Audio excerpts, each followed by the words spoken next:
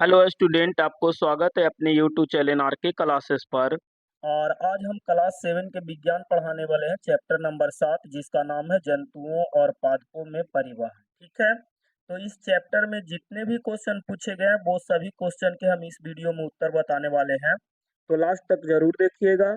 और चलिए देखते हैं पहला क्वेश्चन इस चैप्टर का क्या है। ठीक है, पहला चैप्टर है कॉलम ए में दी गई संरचनाओं का कॉलम बी में दिए गए पराक्रमों से मिलान कीजिए। ठीक है, यानी इस तरफ से इस तरफ में मिलान करना है। रंध्र जो है पौधा में जो पत्ते होते हैं उसमें छोटे छोटे छिद्र पाए जाते हैं, छोटा छोटा छेद पाया जाता है जिसे रंध्र कहा जाता है। ठीक है, और रंध्र के काम क्या है तो वाष्प उत्सर्जन रंध्र के द्वारा ही होता है, यानी पत्ती के में जो छोटे छोटे छिद्र होते हैं उसके द्वारा होता है। जाइलम जाइलम जो होता है, जाइलम द्वारा जल का परिवहन होता है। ठीक है, जाइलम द्वारा ही या जाइलम विधि द्वारा ही जल से जो जड़ से पानी अवशोषित करता है और उसको अनेक भागों में भेजा जाता है। मूल रोम जो है, मूल रोम जड़ को कहते हैं और इसका कार्य क्या है तो जल का अवशोषण करना है। और घ नंबर में आप फ्लोएम फ्लोएम द्वारा भोजन का परिवहन होता है। तो ये दो चीज कम से कम याद रखना है एकदम। जल का जाइलम जल का परिवहन जाइलम विधि द्वारा होता है और भोजन का परिवहन फ्लोएम विधि द्वारा होता है। ठीक है, अगला क्वेश्चन देखते हैं, क्वेश्चन नंबर 2। क्वेश्चन नंबर 2 कह रहा है रिक्त स्थानों को पूर्ति कीजिए। का नंबर क्वेश्चन है, हृदय से रक्त का शरीर के सभी अंगों में परिवहन किसके द्वारा होता है तो ये भर लीजिएगा धमनियों द्वारा।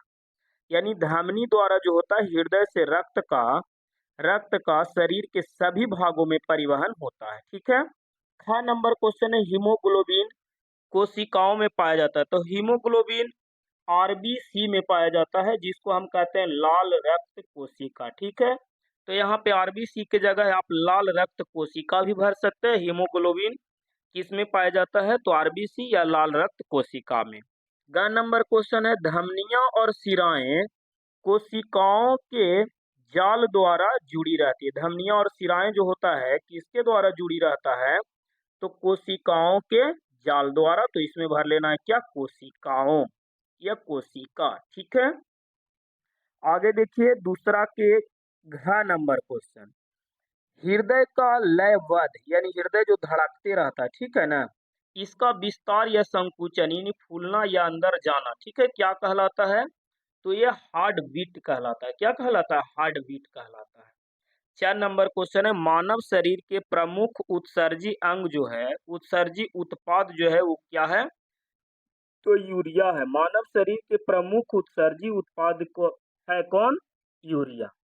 पसीने में जल और होता है, तो पसीने में जल और लवण होता है। ठीक है, तो इसमें लवण भर लीजिएगा, जल आपको दिया है तो लवण भर लेना है।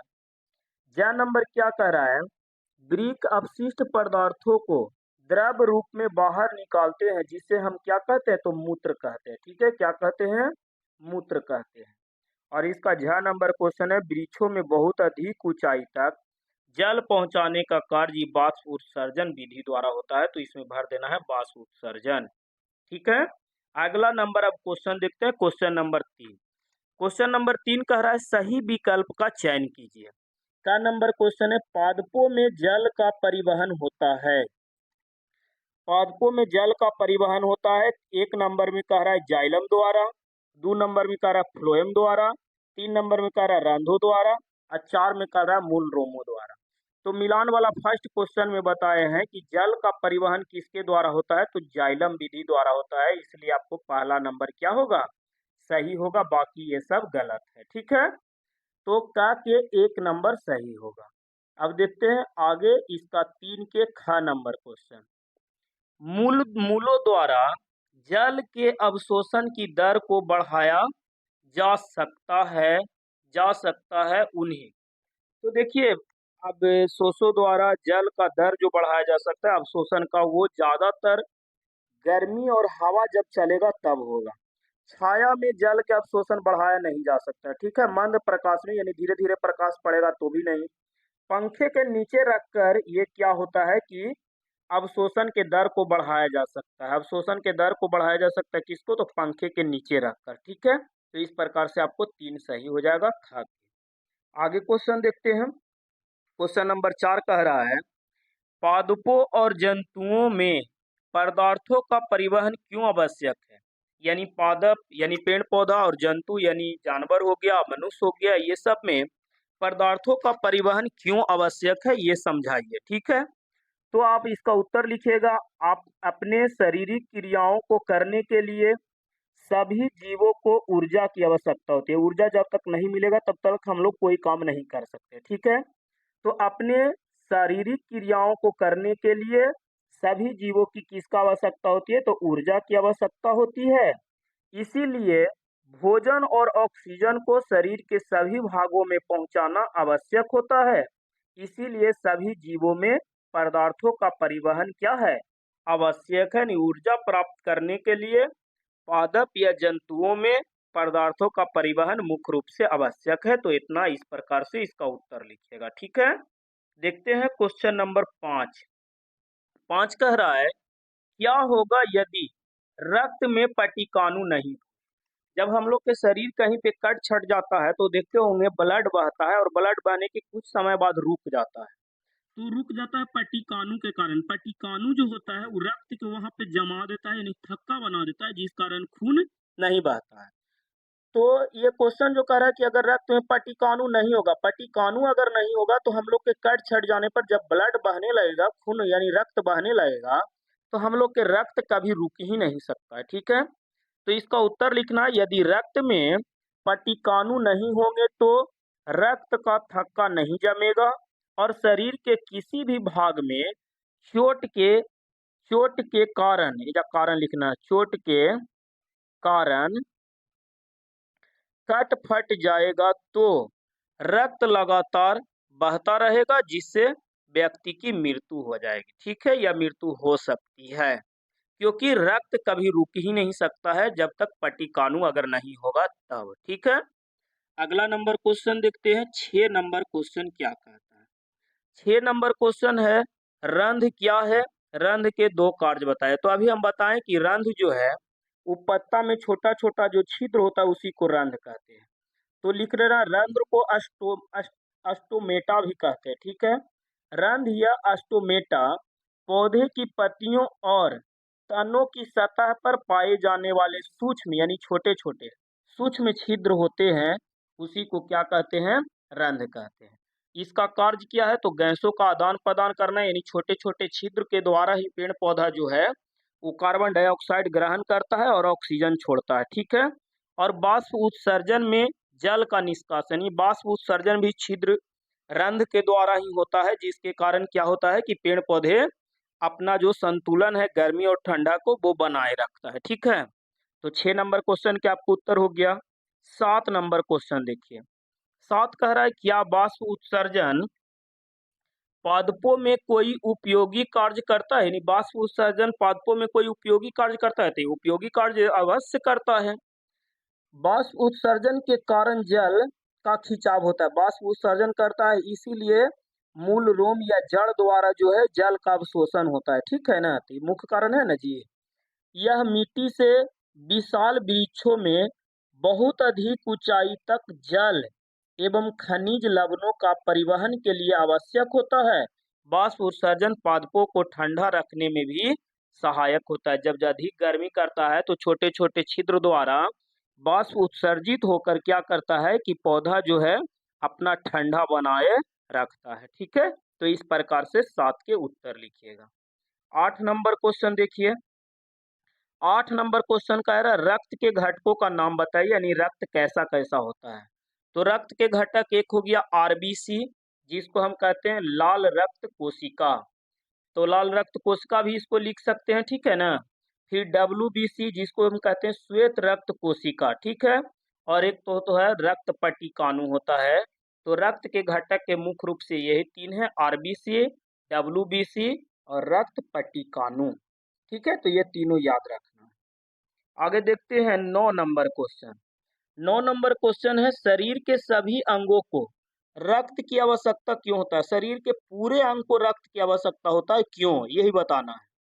तो क्योंकि इसके द्वारा ऑक्सीजन और कार्बन डाइऑक्साइड का परिवहन होता है, यानी रक्त के द्वारा ही क्या होता है? ऑक्सीजन और कार्बन डाइऑक्साइड का परिवहन होता है और यह पोषक तत्व, एंजाइम तथा हार्मोन का परिवहन करता है। यह अपशिष्ट पदार्थों का स्थानांतरण करता है, यानी बाहर निकालता है। इसीलिए क्या होता है, रक्त जो है वो आवश्यक होता है शरीर के सभी अंगों के लिए। ठीक है, तो इस प्रकार से इसका 9 के उत्तर लिख लेना। 10 नंबर क्वेश्चन देखते हैं। लाल रक्त लाल रंग का क्यों दिखाई देता है? जो रक्त जो हम लोग को बहता है या निकलता है वो लाल रंग की क्यों दिखाई देता है? तो रक्त में आरबीसी में हीमोग्लोबिन नामक वर्णक पाए जाते हैं। रक्त जो होता है उसमें क्या पाया जाता है? हीमोग्लोबिन पाया जाता है। रक्त के आरबीसी में यानी लाल रक्त कोशिका में हीमोग्लोबिन नामक वर्णक पाए जाते हैं, जिस कारण रक्त लाल रंग के दिखाई देता है। ये बस शॉर्ट में लिख लेना है इस प्रकार से। 11 नंबर क्वेश्चन देखते हैं। हृदय के कार्य बताइए। 11 नंबर क्वेश्चन आपको कह रहा है कि हृदय के कार्य बताना है। हृदय के क्या क्या कार्य है? तो हृदय शरीर के सभी भागों में रक्त का संचार करता है, यानी हृदय ही जो है वो शरीर के सभी भागों में रक्त भेजता है। ठीक है ना, यानी संचार करता है। यह शरीर के विभिन्न भागों में से कार्बन डाइऑक्साइड संबंधित रक्त को एकत्रित करता है, यानी क्या करता है, हृदय जो ऑक्सीजन संबंधित जो रक्त रहता है उसको शरीर के सभी भागों में भेजता है और कार्बन डाइऑक्साइड संबंधित जो रक्त रहता है उसको एकत्रित करता है और ऑक्सीजन युक्त बनाने के लिए फेफड़ा में इसको भेज देता है और फेफड़ा फिर ऑक्सीजन बना के किसको, हृदय को दे देता है और फिर इस सभी अंग में भेज देता है तथा यह निरंतर धड़कते रहता है। ठीक है, मुख्य रूप से लिखना है, हृदय शरीर के सभी भागों में रक्त का संचार करता है। यह शरीर के विभिन्न भागों में से कार्बन डाइऑक्साइड संबंधित रक्त को एकत्रित करता है और ऑक्सीजन युक्त बनाने के लिए फेफड़ा को भेजता है तथा यह निरंतर धड़कते रहता है, यानी हृदय हमेशा क्या करता है, धड़कते रहता है। ठीक है, इसका मुख्य कार्य। आगे देखिए क्वेश्चन नंबर 12 कह रहा है, शरीर द्वारा अपशिष्ट पदार्थों का उत्सर्जित करना क्यों आवश्यक है? यानी शरीर में जो अपशिष्ट पदार्थ होता है यानी जो हमें जरूरत नहीं है इसको उत्सर्जित करना क्यों आवश्यक है, इसके विषय में बताना है। तो शरीर में विभिन्न शारीरिक क्रियाएं होती है। इन क्रियाओं के फलस्वरूप विभिन्न अपशिष्ट पदार्थ बनते हैं और ये अपशिष्ट पदार्थ जहरीले होते हैं और शरीर को हानि पहुंचा सकते हैं। इसीलिए इन अपशिष्ट पदार्थों को शरीर से बाहर निकालना आवश्यक होता है। यानी क्वेश्चन कह रहा है कि अपशिष्ट पदार्थ को बाहर क्यों निकालना? अपशिष्ट पदार्थ हमारे शरीर में अगर रहेगा तो हानि पहुंचाता है, इसीलिए इसको बाहर निकालना आवश्यक है। ठीक है, आगे क्वेश्चन नंबर 13 देखिए। तो क्वेश्चन नंबर 13 हम टाइप नहीं कर पाए। क्वेश्चन नंबर 13 कहता है, मानव उत्सर्जन तंत्र का चित्र बनाइए, जो कि चित्र आपको दे दिया है। ठीक है, और उनके विभिन्न भागों को नामांकित कीजिए। जो चित्र बनाए ये क्या क्या है इसको नामांकित करना है। तो ये दोनों देखिए आपको ब्रीक है। ठीक है, तो यहाँ पे आपको लिख दिया है ये क्या है, ब्रीक है। ये मूत्र वाहिनी है, यानी मूत्र का ये रास्ता है। ठीक है, तो ये वाला मूत्र वाहिनी है, तो ये मूत्र का रास्ता हो गया। ये मूत्राशय है जहाँ मूत्र जमा होता है। मूत्र मार्ग है, यहाँ से मूत्र बाहर निकलता है। मूत्र रंध्र है।